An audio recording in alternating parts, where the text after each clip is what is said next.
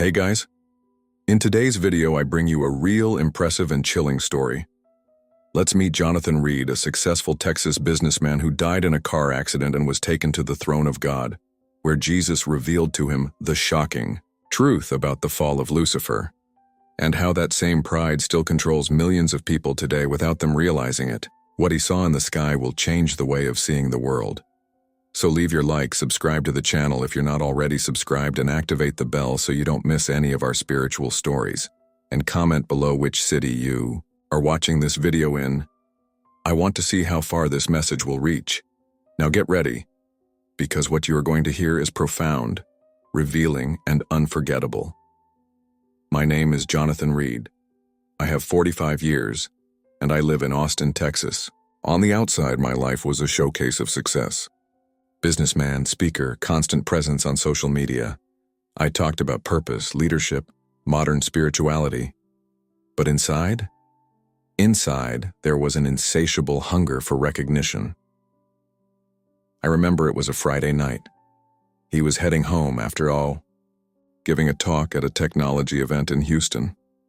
More than 1,000 people gave me a standing ovation. Someone even called me a visionary. That fed something inside me, something I didn't understand, but I also didn't question. I just wanted more. On the I-10 highway, driving in a light rain, my cell phone was vibrating nonstop. Likes, reposts, messages. You changed my life. What an inspiration. It was addictive. I got distracted for a second to record a story. 1 second. That's when I saw the headlights. A car was coming towards me at high speed, out of control. I tried to dodge. I felt my body being thrown violently against the steering wheel. The metallic sound of the impact was the last thing I heard. Then just silence.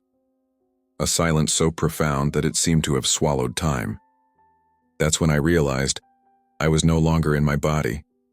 He was floating above the road, watching the accident scene as if it were a movie. The lights were flashing, people were running, and I just felt peace. A strange peace, disconnected from everything. But this peace was short-lived. Something, or someone, pulled me up, far above, until the darkness around me began to melt away, and I was enveloped by a light unlike anything I had ever seen. It was more than just shine. It was consciousness, love, true. A living presence. I knew instinctively that I was entering a sacred place, and that someone was waiting for me. When the light completely enveloped me, I realized that I was no longer rising. He was there, suspended, but at the same time supported by something invisible, as if the air itself supported my existence. Then the scenario changed. I found myself in a vast room with no visible walls. It was like being inside a liquid mirror where every inch reflected myself. But not like an ordinary mirror. It wasn't the Jonathan I saw on Instagram, on billboards, on stages.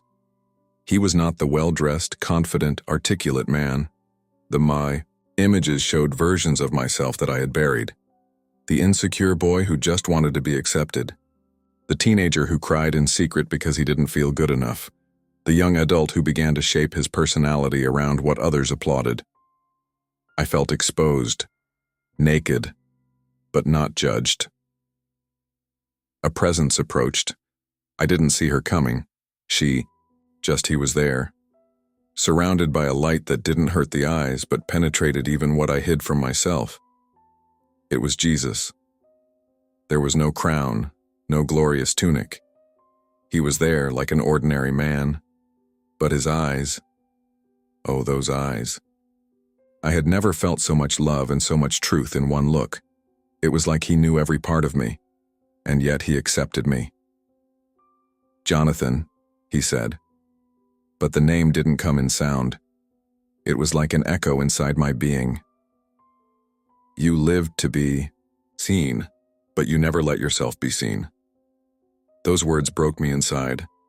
I started to cry, not out of sadness, but with a sweet shame, like someone who was finally caught trying to hide what needed to be healed. He walked with me through the reflection room. In each image, he stopped, looked, and said something. A memory of me giving a talk.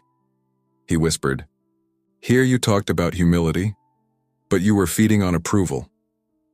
Another image, me praying on a live stream.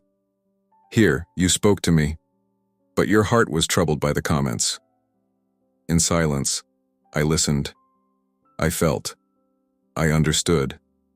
"Jonathan," he said again with cutting tenderness, "pride rarely begins as rebellion. It begins as a search for value outside of myself, so I need to show you something. Something few see. The beginning of everything. Where pride was first born." At the same moment, everything around began to rotate, as if the space was being redesigned.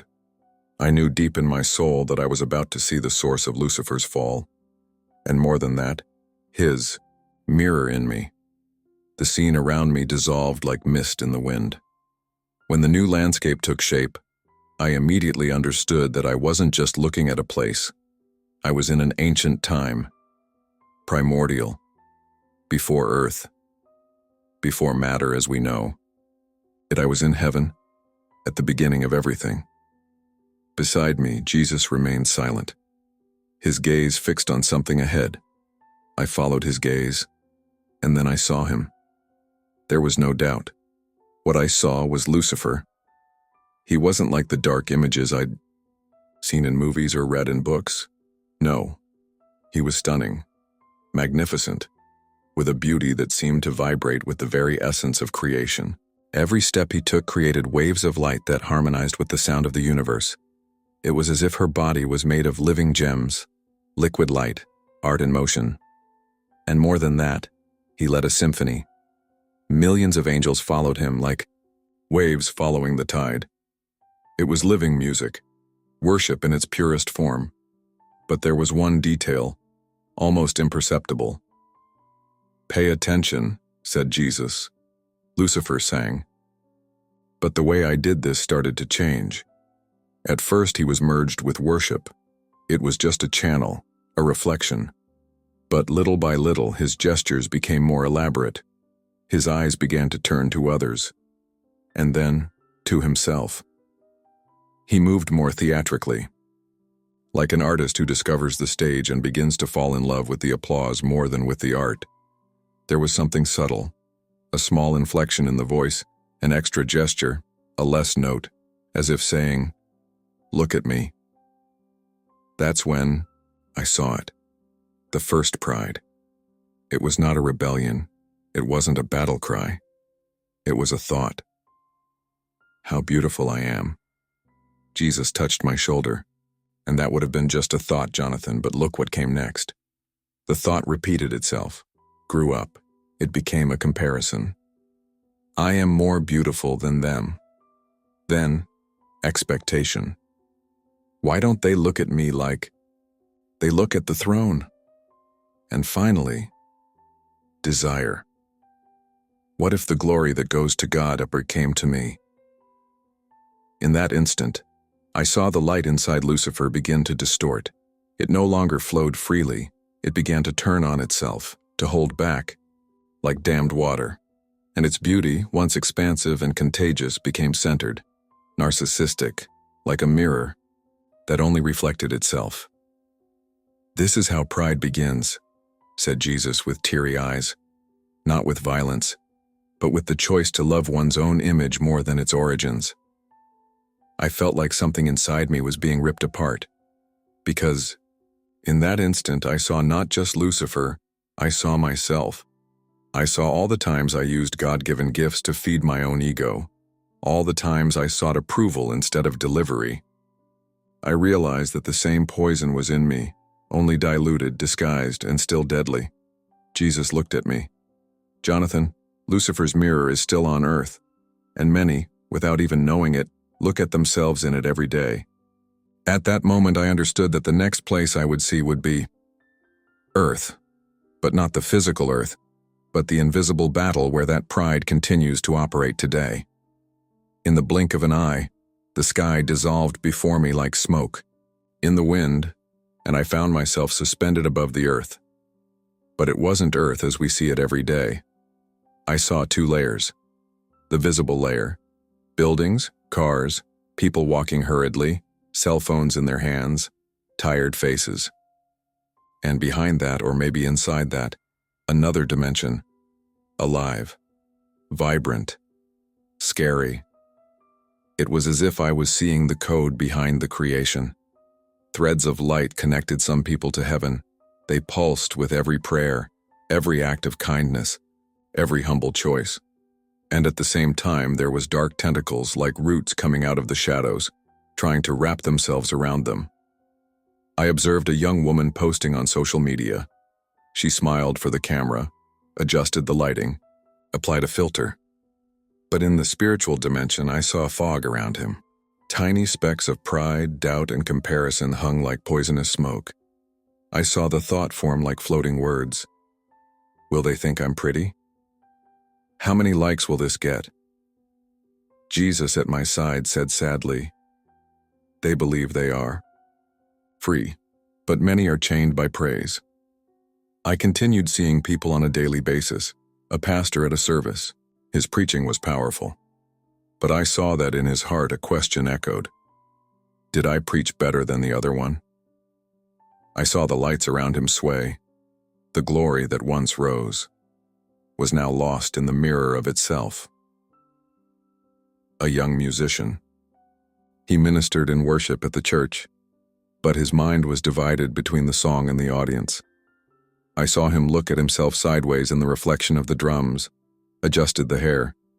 He smiled at the girls in the front row, and in the spiritual world, the melody lost some of its shine. I also saw an ordinary father, worker, tired. One of his children spilled juice on the floor. He got angry. He was about to scream, but he stopped. He took a deep breath, smiled. He said, "It's okay, son. Let's clean up together." In the invisible dimension, it flashed like an explosion of light. An angel appeared, smiling. I didn't know such a small choice could be so powerful. Jesus explained, to me, pride creeps into small choices.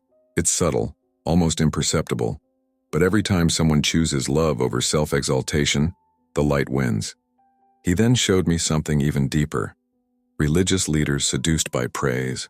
Young people destroyed by comparisons on social media. Marriages broken by the need to be right. And friendships broken by not wanting to give in. The enemy uses the same poison, said Jesus. Only the label changes. Lucifer still sings. But now he sings through the voices that seek glory for themselves. I started to understand. The pride that began in heaven now disguises itself as charisma, performance, polished spirituality. It's praise above service. The platform above the purpose. The mirror above the throne. And Jesus said something I will never forget. Satan doesn't need you to worship him. He just needs you to worship yourself. I felt my heart shake. I had done this so many times, with beautiful words, noble gestures, but a heart poisoned by the desire to be seen. Then Jesus said, "Now you need to see how this is won." And in an instant, everything went dark, but the light that emerged was stronger than any shadow. The scenario has changed. This time, there were no heavenly chants, no moving angels. It was just a simple room, a wooden table, a cloth, a basin with water, and kneeling on the floor, Jesus. He washed the feet of common men, one by one, calmly, with reverence, as if every dirty, tired foot was a treasure. "This is heaven's strongest weapon," he told me without looking up. What destroyed Lucifer's pride was exactly what he could never understand, the power of humility. Those words went through me like fire. He looked at me. With wet hands, he held out a cloth and pointed to the floor beside him. "Do you want to overcome pride, Jonathan? So come and learn to serve without needing to be seen, love without being celebrated, obey without seeking control. Here, on the ground, the true spiritual war begins." I knelt down, afraid, with shame, but also with a thirst I had never felt before. I took the cloth. I looked at my own shoes. Shiny, expensive, a symbol of the image I so protected. I took them off. Jesus smiled, and in that moment, I realized something indescribable. True humility is not thinking badly of yourself. It's simply to stop thinking about yourself. I saw how heaven responded to humility. Each gesture of silent service generated waves of light that spread like perfume into the invisible. I saw angels dance with joy as a tired mother silently forgave her husband. When a teenager chose not to respond to a provocation. When a spiritual leader confessed his limitations before his congregation. Every such act was an arrow to the heart of pride. Every humble choice was like ripping pieces out of Lucifer's mirror and throwing them on the floor. Jonathan, Jesus said, in heaven what is small becomes great. What is last will be first. And those who wash the feet of others have their own feet washed by me. At that moment, a new image appeared in front of me. I saw my own face, but not the one I used on billboards or on social media. I saw my natural face stripped of filters without pretensions, and for the first time, I liked what I saw, not because it was impressive, but because it was true. Jesus stood up. It helped me get up too, and he said something that made my heart explode. Now you understand. The kingdom of heaven is not built by hands that point inward, but by hands that reach out to others. I knew the next part of the revelation would show me how this humility works today, in ordinary life, in invisible choices, and how, even in the midst of darkness, she has the power to change everything. The room where Jesus had shown me the power of humility disappeared. In its place, something unexpected appeared. An ordinary house, a sofa, toys on the floor, a sink full of dishes, people living life. But in the spiritual world, nothing was common. I saw a woman with dark circles under her eyes, clearly exhausted. She had 3 young children and her husband would arrive late. As he washed dishes, he murmured a quiet prayer. Her eyes filled with tears. But she continued. And there, right there, an angel came down and touched his shoulders. The light around her shone like gold. That prayer, spoken over plates and children's cries, was a worship more powerful than many sermons I've seen. Jesus next to me pointed out, "See, Jonathan, hell does not fear great temples, but it trembles before a soul surrendered, in anonymity." I was silent. I then saw a teenager in his room, alone, looking at his cell phone screen. A message notification arrived. It was a cruel provocation from a schoolmate. He started typing a stern response, but then it went out. He took a deep breath, and he wrote, "I know you're going through something. I don't hold any grudges." In the physical world, nothing has changed, but in the spiritual, it was like an explosion of light. A demon that was nearby retreated, and 2 angels appeared next to the boy, smiling, as if to say, "He chose heaven."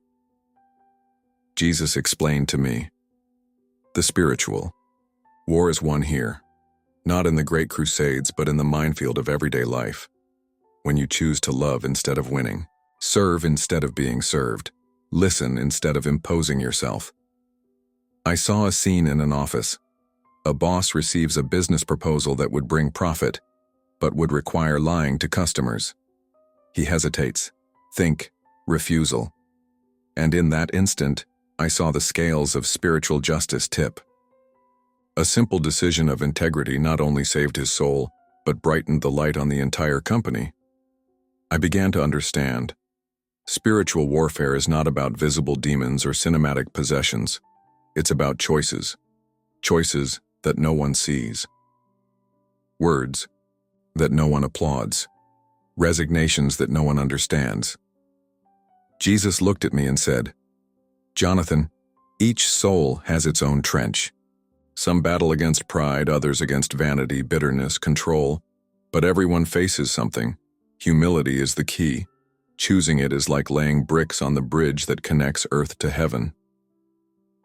Then I saw my own life, the lectures, the posts, the small decisions I made or turned a blind eye to. And I realized how many opportunities I had wasted to shine no stage, serving no stage. I felt deep pain, but it was not condemnation. It was a calling. Jesus touched my chest and said, "Now, I want you to see how the same poison that took down Lucifer is trying to do the same today, through something that seems harmless." And then I was thrown into a new environment. A place that felt digital, but spiritual. The next revelation would come from what most of us touch all the time without realizing what we actually carry. I didn't know where I was.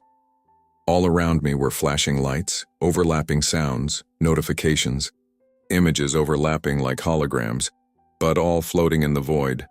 It was like being inside a living social network. However, on the spiritual plane, people typed, posted, commented, and his intentions there were naked. Each post had an aura. Some glowed with soft light. They were sincere, helpful, full of empathy. But others exuded a thick, almost sticky mist. The same fog I had seen in Lucifer's reflection. Jesus appeared at my side. His face wasn't stern, it was sad. Like those who see their children playing with dangerous weapons without knowing it. "Here is the new mirror," he said. "The most popular, the most accessed, the most destructive when used with the wrong heart." I then saw what he meant. A young woman took a selfie smiling, posted with a caption about gratitude and authenticity. But on an invisible plane, the energy of the post was tainted. The caption was beautiful, but behind it was anxiety, comparison, and a thirst for validation. Jesus whispered, "She looks at herself, but she doesn't see herself." Saw a pastor celebrating the growth of his church with a sequence of stories, stage, applause, catchphrases. But in the spiritual dimension, I saw that his eyes were searching more than anything. Admiration. I saw a small crack in his armor, an open door for pride to enter. Later, an influencer talked about practical spirituality while promoting her new product line. None of this was necessarily bad, but the light around her wavered because her heart no longer sought to heal, but to be celebrated. Jesus said to me, "Pride today comes with filters. It doesn't scream, it seduces." I saw likes turn into spiritual applause, not coming from heaven but from an invisible audience. Ancient shadows, echoes of the same voice that once whispered to Lucifer, "You deserve to be adored." It's not the technology that's broken, Jesus continued, but the heart that uses it to feed on the reflection and not on the source. I also saw the opposite side. A simple man, with few followers, posted verses and sincere prayers. He didn't care about likes. I posted because I loved it. The light around him was like fire, a flame that couldn't be seen in the numbers, but set hearts on fire. Jesus turned to me and said firmly, "Jonathan, everything that begins with 'look at me' may end far from me, but everything that begins with 'look at him' generates life." I felt a lump in my throat. How many times had I done exactly that myself? Not out of malice, but due to lack, out of an old hunger to be seen, valued, applauded. "You don't need to erase your presence in the world," said Jesus, "but you need to purify your motivation." He reached out his hand, and as I touched it, I saw my own profile. I saw my posts, videos, lectures, but this time I was able to see the intentions behind each gesture, and I understood. The stage wasn't the problem. The problem was the heart that wants to be the star of the stage. Jesus then pointed to the earth and said, "Now see how the angels react. See how they fight to protect the hearts of those who live between reflection and truth." I knew I was about to see the invisible battle that takes place every day within us, with heavenly allies who never sleep. The earth expanded before me like a large living board, but it wasn't a game. It was a battlefield, not with guns or explosions, but with thoughts, choices, silent words. And then I saw them. Angels. Not as static figures with white wings. They moved like light, music, living energy. Each one with a role, a mission, an unbreakable love for those they protected. But the most impressive thing wasn't their power. It was their humility. Jesus whispered, "To me, they have the strength to move planets, but they rejoice in lifting up the weary." I saw an angel kneel beside a woman who prayed in tears for her son's salvation. Its wings enveloped the surroundings like a blanket of peace. Not one word of hers was ignored. I saw the angel collect, those prayers like seeds, taking them to heaven as if they were jewels. I saw another angel, standing behind a young man in depression. He approached at the exact moment the boy was thinking about giving up on life. The angel touched his mind with a memory, a phrase said by his grandmother years ago, "You have value, even when you feel nothing." That memory was enough for the young man to postpone his decision and open a forgotten Bible on the shelf. Angels moved in schools, hospitals, prisons. But what impressed me most was seeing how they intervened in thoughts. When a person was tempted to exalt themselves, an angel would come and bring to mind a memory of humility, a verse, a moment of brokenness. Jesus pointed out, "These are the guardians of humility. They do not force, they remind, they invite, they strengthen. But the decision will always be of the human heart." I also saw the sadness of the angels when a person resisted the voice of conscience and chose pride. They didn't revolt. They just walked away for a while, respecting free will, but ready to return at the slightest sign of regret. I saw Michael, the warrior archangel, standing over a dark city with the flaming sword of truth. He didn't cut flesh or bone, he cut lies. Every time someone turned to God sincerely, Michael dealt a blow to the invisible, dispelling deceptions like smoke. I saw angels smiling when someone chose to serve anonymously, when someone forgave in silence, when someone resisted self-promotion. These were the true victories of spiritual warfare.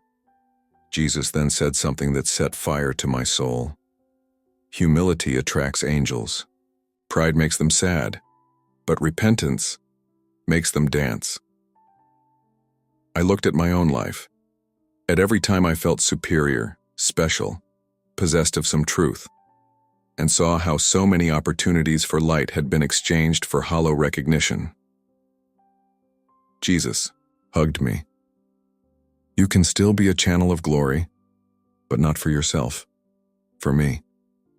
I knew the battle would continue when I returned, but now I knew the invisible allies who would be with me whenever I chose the narrow path of humility. And then a last vision formed, a throne. But not just any throne. The same one where it all started. The center of the war and reconciliation. I felt it before I saw it. The space around me fell completely silent, as if even thoughts stopped to revere the place I was about to enter.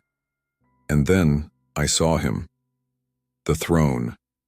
It was not made of gold, nor of stone, nor of fire. It was made of something I can't describe. It was as if it were the junction of everything that is true, pure, and eternal. From the throne flowed waves of light, not just luminous, but living, conscious. Each one carried something. Love, justice, mercy, holiness.